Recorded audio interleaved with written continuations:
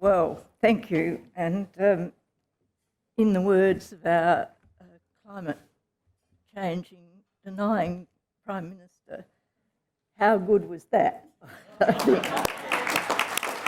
It was an absolutely terrific talk. Thank you.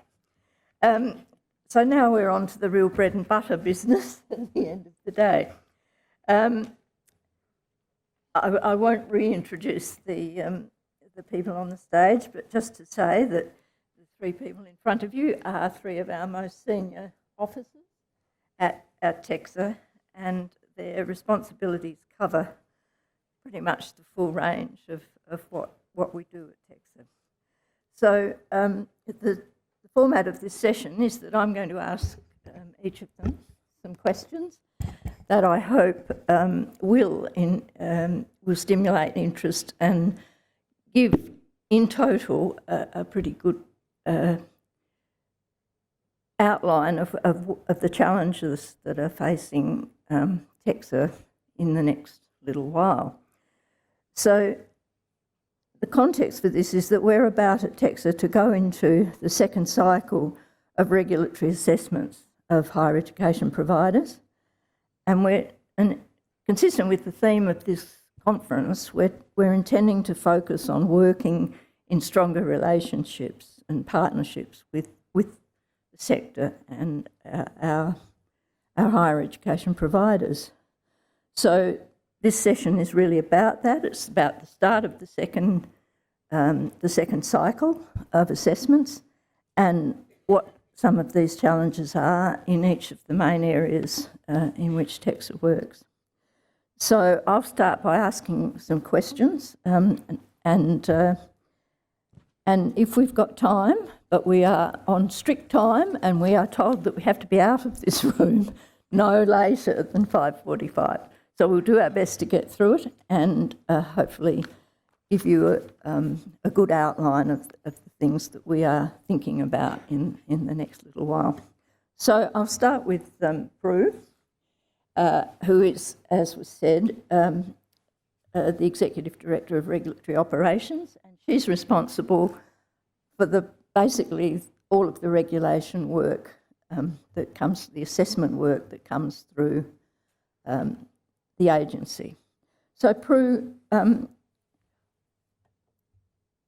this sort of concept of partnership is perhaps something where we're beefing up what we think about that.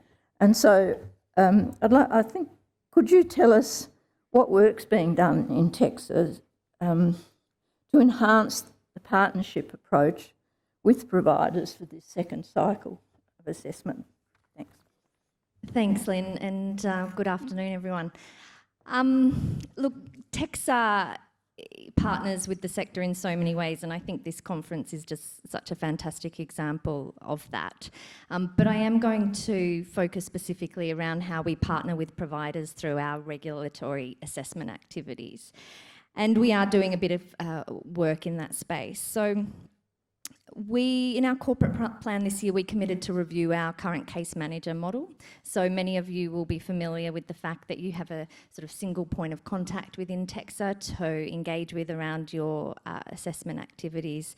But we're also very conscious of the fact that we receive feedback through the sector survey that suggests there's areas we can further improve, not only in relation to timeliness, but consistency of information, quality of information you receive, and so on. So we've been conducting a comprehensive review of the current model and engaging with sector representatives, looking at models in other government agencies. Professor Valerie Braithwaite has been very generous with her time as well. And we're sort of towards the end of that process, and we are pretty confident of landing in a place where we can retain the best aspects of the current model and still ensure you have a strong sort of single point of contact, but also make some significant improvements in other respects.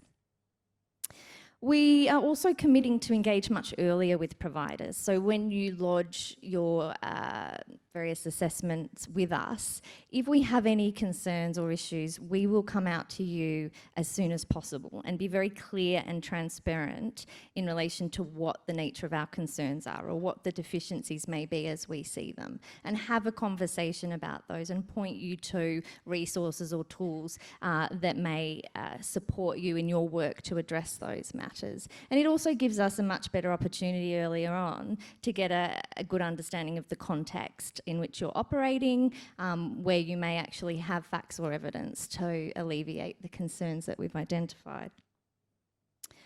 Early next year, we will also be looking to establish a sector advisory group to work more closely with us on a regular basis. Now, we value the engagement we have with peak bodies, and that engagement will continue, but we want a more operational sort of sector representative group to test some of our thinking with around some of the business change that we're implementing in TEQSA, some of the education and guidance, application guides, etc. that we're developing. And certainly in the short time I've been at TEQSA, 6 months, the engagement that I've had with various providers and the feedback we receive about the types of improvements we can make are invaluable, and we're keen to build some structure around that and have that feedback coming in on a more regular basis.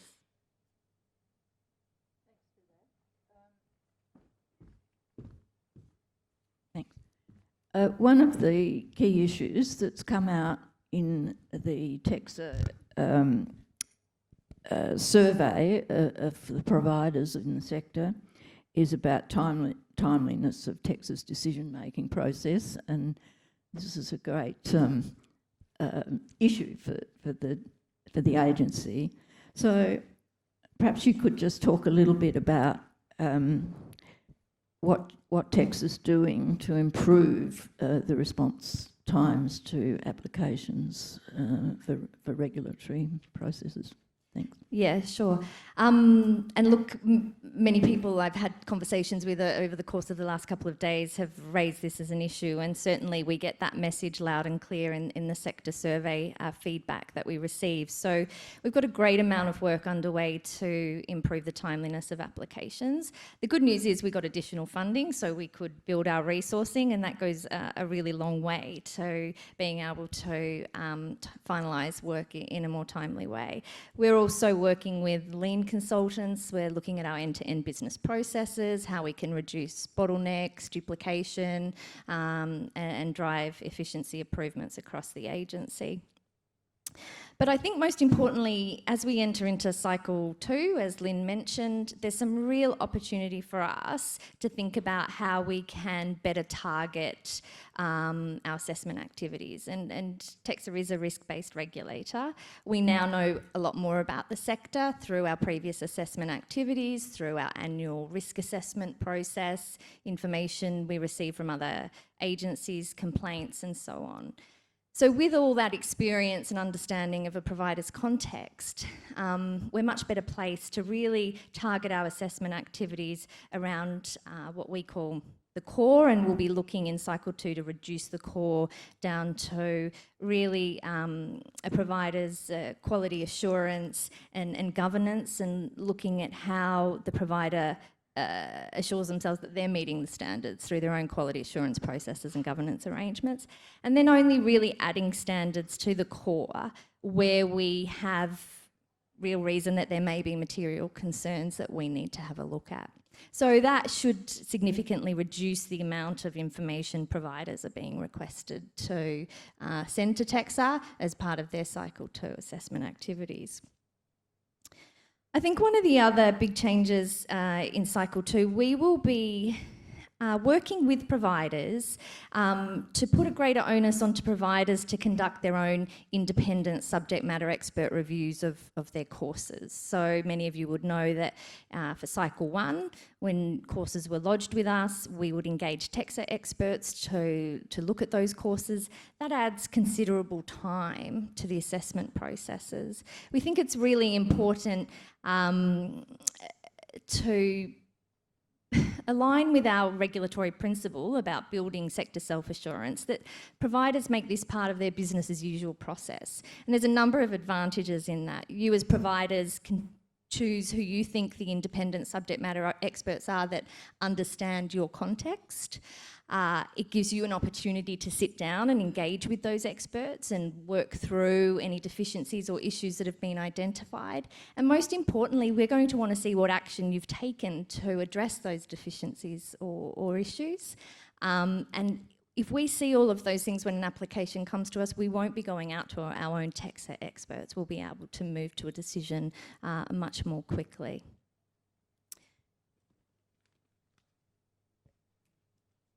I think that another project that we will be progressing in the not too distant future, we're just sort of establishing our thinking around this, is we want to work very closely with the sector, and I got some volunteer experts earlier in the week too to improve the quality of applications we receive. So in cycle 1, 80% of applications we have to go back to providers and say, well, we need clarification or we need more information. That's 170 providers we had to go back to. That causes considerable delays. So we want to make sure that applications come to us in a decision-ready state.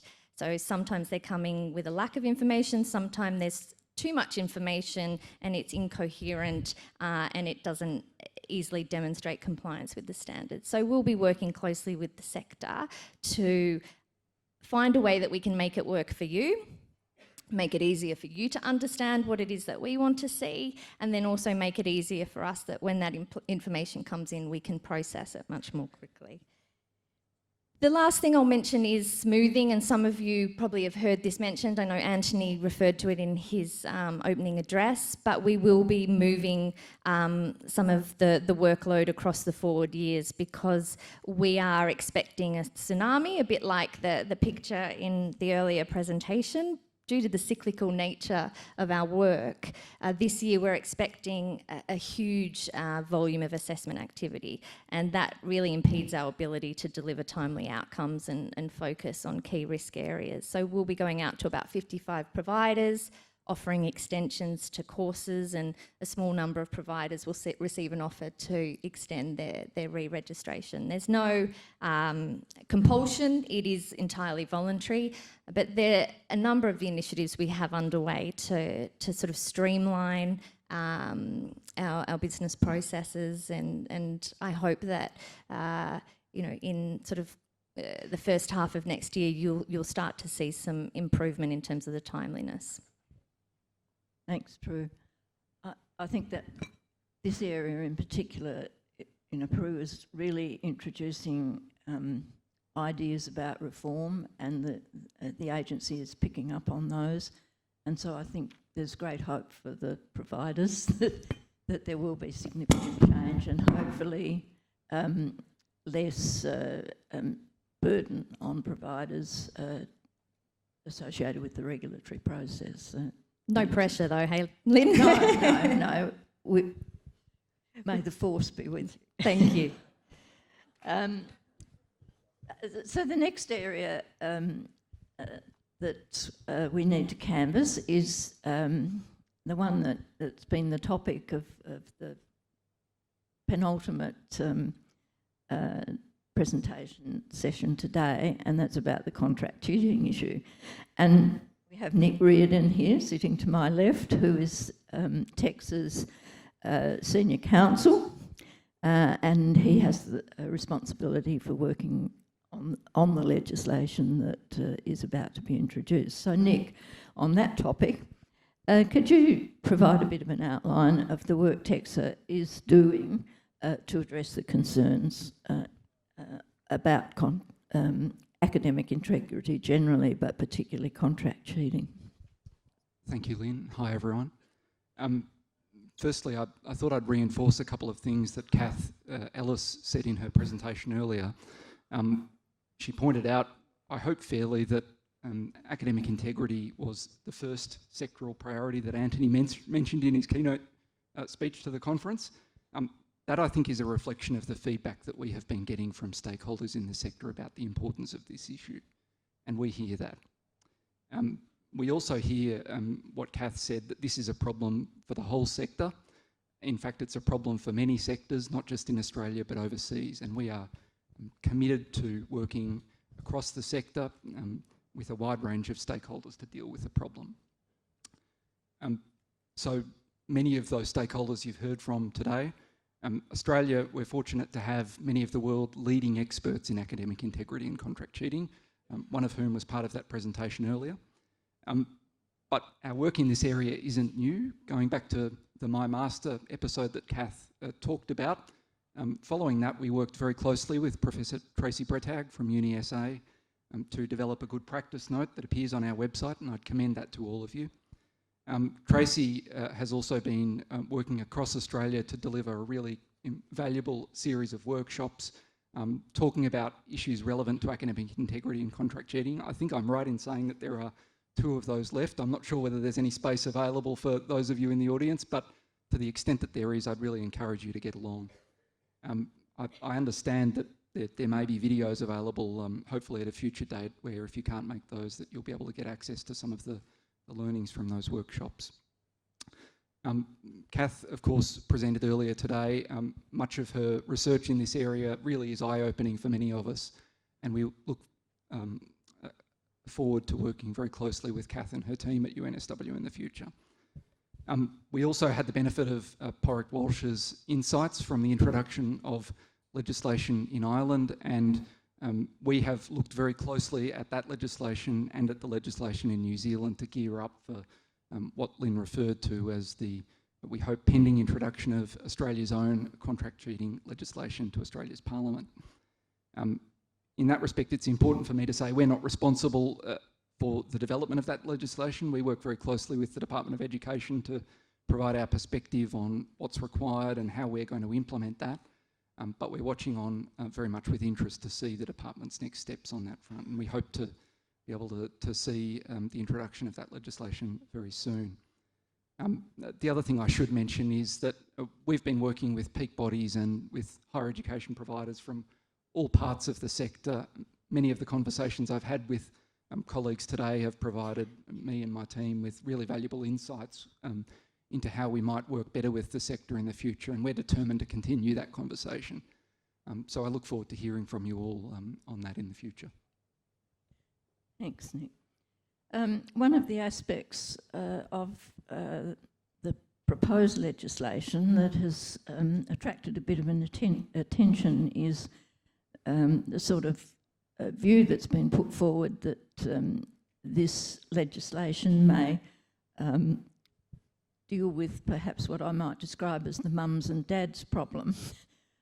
So there's a concern that this legislation that might be introduced would prevent relatives, friends assisting students with their assessment tasks, and is that the intention, and how would you deal with that situation if that was to be the impact of the legislation?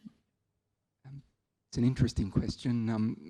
I have to say, were quite surprised by some of the reactions to the exposure draft of the legislation when it was circulated earlier this year. There are a couple of things I'd say. The first is, as I just mentioned, it's the Department of Education and the Minister who are responsible for that legislation, so we can't really speak ourselves to what the intent of that legislation might be. I think it's fair to say that they are looking very closely at the feedback that has been provided about these issues, and to the extent that there can be refinements to make clear the intention of the legislation, then I know that is something that they are looking at doing. But from our perspective, I think we're very clear that it has never been our intention to go after mums and dads and put them in jail. And there are a few particular reasons for that. First, we have in our legislation a codified set of principles that guide all of our activity in the regulatory space, reflecting risk, regulatory necessity and proportionate regulation. And those principles really aren't consistent with an approach where we target trivial breaches or pick out individual instances as the basis for court proceedings. We live by those principles in all of the work that we do. I know Lynn and the commissioners around the table think very carefully about all of those things when we're thinking about our approach to matters. So it really isn't consistent with that approach to think about our philosophy as one where we go after mums or dads. The second thing I'd say is that we're a Commonwealth agency and we're subject to the prosecution policy of the Commonwealth. That's a public document, and it's very clear that before any prosecution is commenced, it's necessary to have clear evidence which supports the prosecution, but also that the prosecution, having regard to the facts and the circumstances, is in the public interest. Now, I can't rule out, the particular circumstances in which we'd bring cases in the future, but I think it's fair to say that the idea of going after mums and dads in isolated instances of small contributions to helping their child with an assignment isn't really the sort of thing where the prosecution policy of the Commonwealth is likely to envisage that being in the public interest. The final thing I'd say is, contrary to some of the impressions you might have from the spectacular setting in which we find ourselves today, we're an agency with limited resources, and we just don't have the resources to go around and chase every possible breach of the legislation with court proceedings. So we won't have the time or the ability to go after those sorts of cases in that way. I hope that helps provide some assurance about our approach in that area. Yes, thanks. I must admit I was stunned by Kath Ellis's presentation about the number of cases that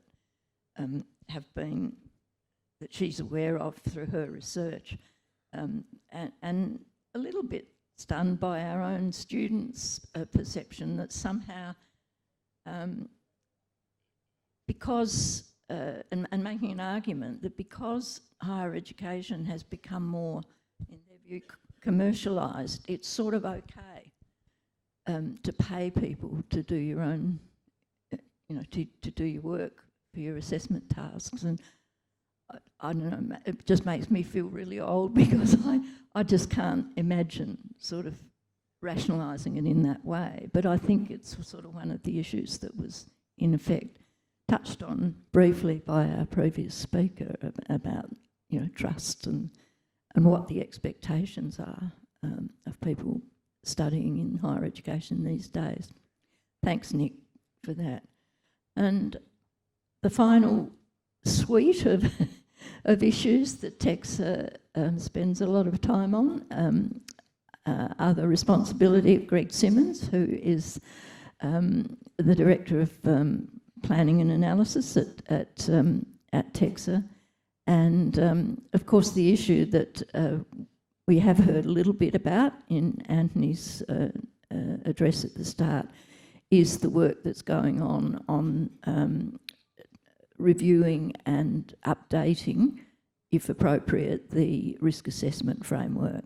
So Greg, that's your baby, and I'd like you to just talk about, give us, the audience, a bit of a commentary about what has been going on in that this year, and what you think that the possible outcomes might be of that review. Well, thanks very much, Lynn, and thank you all for hanging around in the graveyard shift halfway through the conference. Surprised to see so many faces out in the audience, so we're very grateful for you to stick around, and hopefully you've found the session so far informative. Before I answer your question, I just want to say it occurs to me that this may well be the last time that Lynn represents TEQSA publicly before she retires, and she had a wonderful tribute from Jane Van Hollander, who I can see just over there in the apologies for mangling your name. Could be a career-limiting move, but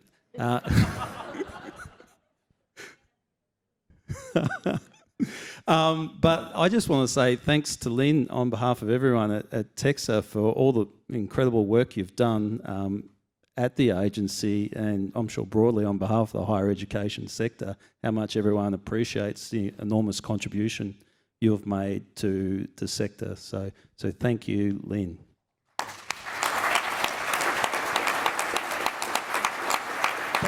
Thanks very much. This is all over the top.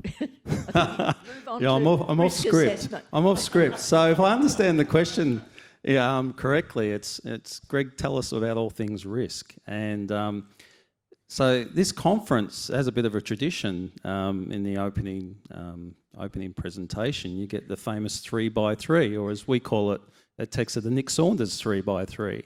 which is a matrix that has risk to students, risk to finance, starts at low, and it ends up at high, and everyone starts scribbling down and wondering who might be in those individual cells.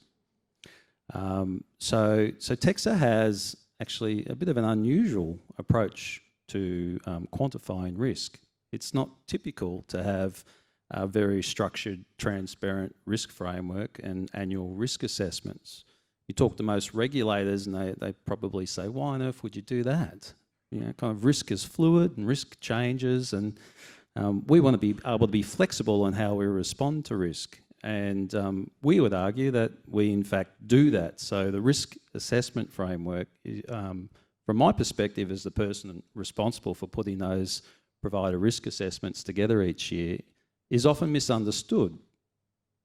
The provider risk assessment, the annual provider risk assessment, is one way that we essentially address this issue around responsive regulation. So Valerie and John Braithwaite talk about that extensively. And essentially, that's just a term for suggesting that a regulator, a modern regulator, proceeds on the basis of knowing the entities that they regulate. And one way for us to get to know the regulated entities, the providers of the sector, is to have frequent touch points with them where we engage with them around the issues that we deem to be important. So our risk assessment framework is one device that we use to flag to providers whether we might have concerns around key areas. And those concerns are primarily quantitative. They relate to national data collections, and yes, the data is laggy, but it's the best that we have. And they relate predominantly to student outcomes. Are your students passing? Are your students leaving you? Are your students graduating in line with your profile? Is it growing or is it reducing? Are your students, when they graduate, are they happy and are they productive? So there's a bunch of indicators that talk about student outcomes. We also track provider staff profiles because we think the staff are important and they have a direct correlation to your results, your student results. And finally, we look at your financial performance. So that triad, if you like, those three areas, make up the formal components of the risk assessment. But what is often ignored in the commentary, because our risk assessments get a lot of commentary, is the importance of the context of the provider, what we know about a provider, what we've learnt about a provider, with the fine work that our regulatory operations team do around regulatory assessments, because they are detailed assessments where we come in and have a look at the standards as appropriate, and we learn a lot about those providers. So regulatory history is something that we weigh as part of our risk assessment, and it's often ignored because it doesn't turn up on the 3x3, and it's just one box in our risk assessment framework. So regulatory assessments, regulatory history, and what other people tell us about providers that we might pick up through complaints, through our compliance and investigations team, through other agencies. We try to bring that all together at least once a year and somehow distill that into risk to students, risk to finance. And then what we do is we send that risk assessment out to the providers, and we ask for you to actually respond. We ask for the providers to respond and provide us what they think about the issues that we're flagging up. So the last couple of years, we've actually invested very, very heavily in that response process, and we think it's very valuable to take those quantitative indicators in the risk assessment framework and overlay it with context and qualitative information that we've been able to collect. And once a year, we have that conversation with you all. And that builds up that information that Prue's talking about, together with our regulatory history, and enables us to streamline our regulatory approach. So in that way, that's how we realise being a risk-based regulator. So that's my kind of general comments around the process. But we've been at this business of risk assessments, provider risk assessments for 7 years. And for the last 6 years, the framework has been broadly consistent. And last 6 years, providers will frequently tell us how that particular framework could be improved.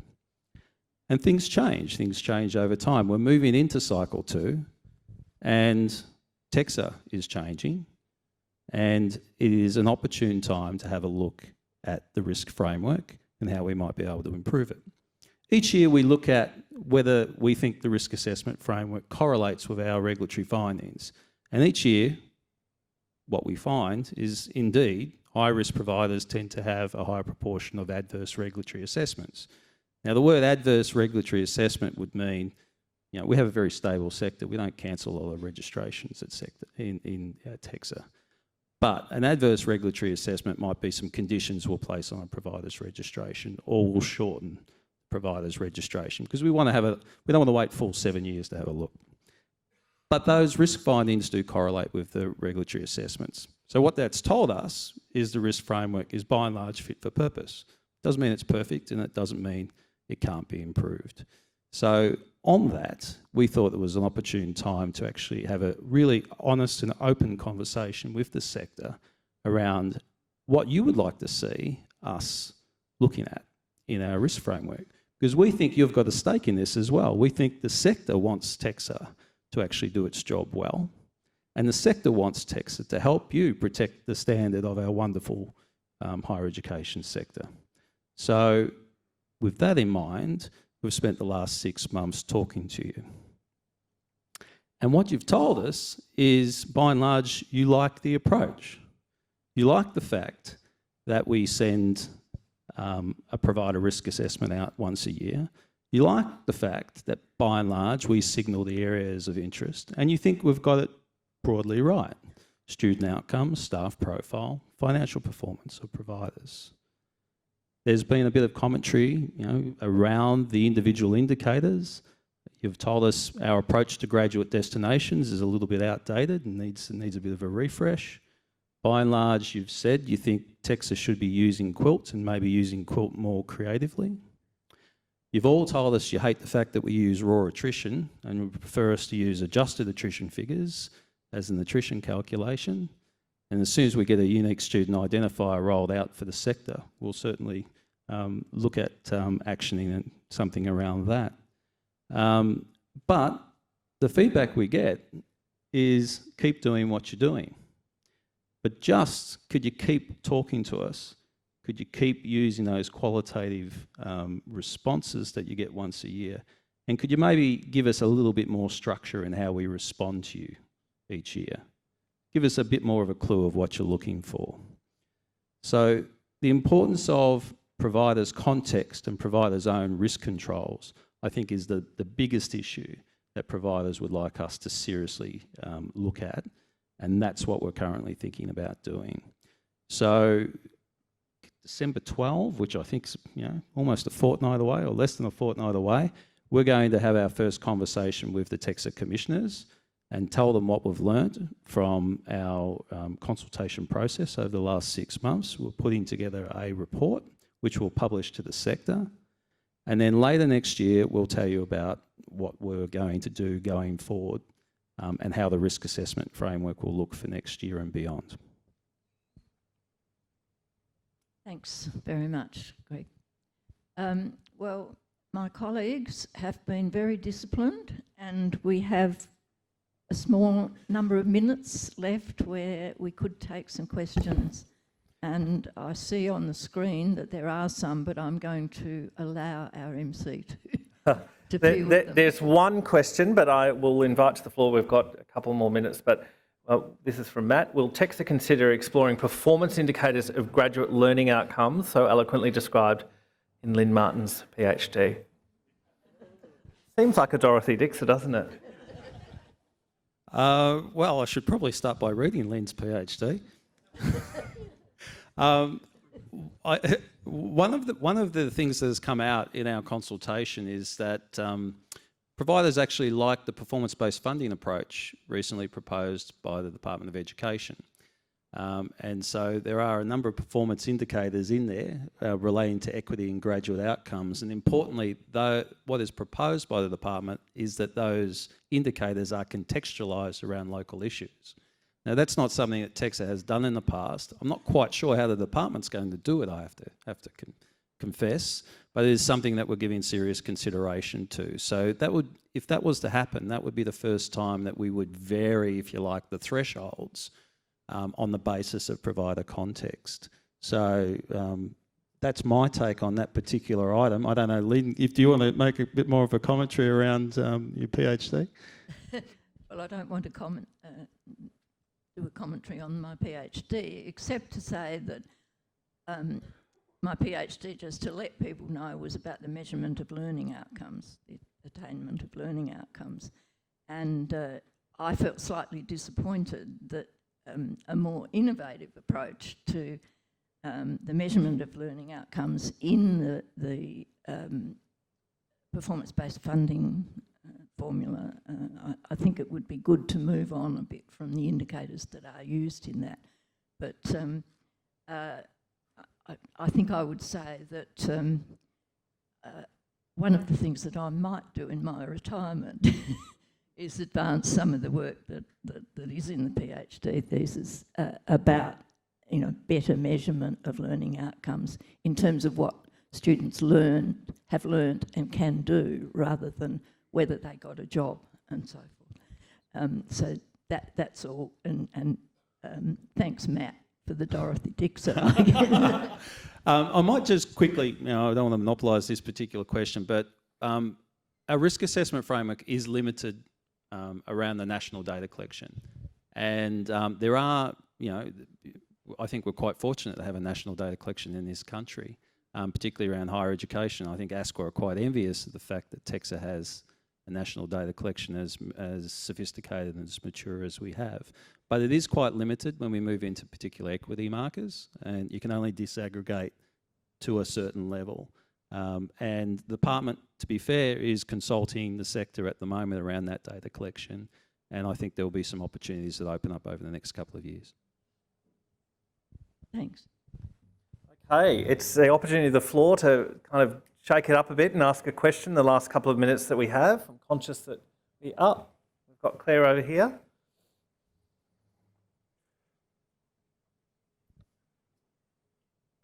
Thank you, that was very useful. I wanted to ask a question about your improvements to timeliness. They all seem terribly good and useful, but they all seem to be future focused. And I'm particularly concerned about the delays. I'm a consultant, I don't do regulatory consulting work, I keep an eye on the sector. Particularly concerned about one provider, and while this information is public, I will choose not to name them. You brought their registration period forward 6 months because you had such concerns about their practices. That's a public notice on your website. You're 2 years into a re-registration audit of them, and they have about 1,000 students, and I think there's a real risk to students and reputation of the sector while those kinds of audits drag out like they do. So my question is, all of those excellent things that you're looking to do, are you going to actually bring them into the outstanding audits that you currently have underway? Yeah. Look, that's a fair question, and TEQSA fully acknowledges that we've got cases on hand that shouldn't have taken as long as they have, and they're still with us. So the answer to that question is two-part really. We're taking a very strategic approach to a number of changes we can make to drive efficiencies more broadly. But where we have aged cases on hand, we are looking at those cases individually to ensure that they're resourced sufficiently. We're doing everything we can to finalise those as quickly as we possibly can. But some of the changes we are implementing to achieve efficiencies more broadly will take a bit of time. So there's sort of two aspects of this happening. We've got the current age caseload. We're certainly focused and very cognizant of those issues. Will they have their processing reduced as a result of these changes? Most likely not. These changes are really focused around cycle 2 and the longer term. Okay, this is your last opportunity, ladies and gentlemen. Any further questions from the floor? We've got one up the back here.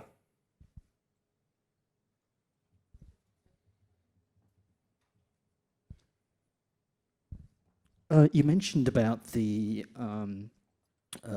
universities or higher education providers doing self-assessments and self-assurance.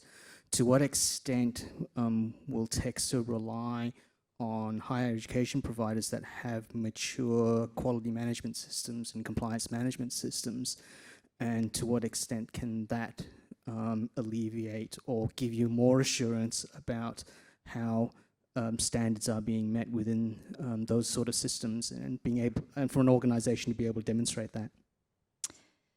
Well, we're definitely going to be focusing more on providers' own internal quality assurance processes. But in terms of courses, and when it comes to reaccrediting courses, we are going to want to see sufficient independent subject matter expert review of those courses. So if that's built into your business as usual quality assurance processes, that's fantastic. That's exactly what we're going to want to see. And we will be putting out some guidance. We appreciate this is new for many providers. We're currently working on and finalising guidance around, well, what is sufficiently independent? You know, can it be an internal body within your organisation, but people outside of that particular part of the provider? Or so what's sufficiently independent, what's sufficiently expert, and how is it going to meet TEQSA's assessment requirements?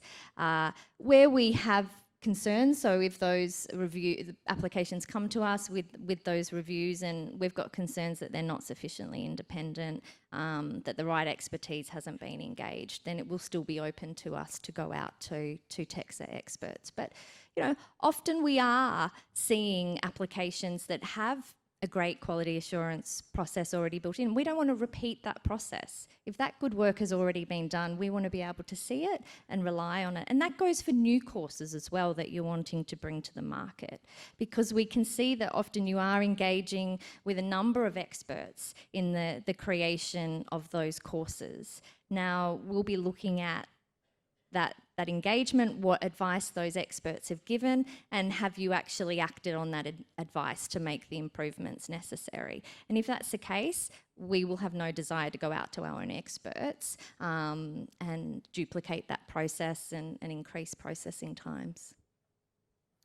I think we've got time for one more, which came through from the app. I note reporting of student performance by a number of criteria has been one of the conditions for a couple of universities. What is the basis for this particular concern? Yeah, sure. I note the reporting of student performance by a number of criteria has been one of the conditions placed on a number of, I assume, providers. What is the basis for this particular concern? It's from Sonia. If Sonia wants to clarify, she's more than welcome. I think we can give a brief answer to that. I mean, we as a commission, when we receive the reports of the assessments that are made on a higher education provider, if we have concerns that, for example, a common concern, because it's one of the most common issues that come up in assessments, is the attrition and success rates that are demonstrated in the material that the Commission considers. And we might feel that there are still concerns because there are risks associated with the level at which attrition is running within that provider's operations. So we will identify that there are not sufficiently serious issues to warrant not registering the provider or something, but there are sufficient concerns to want us to look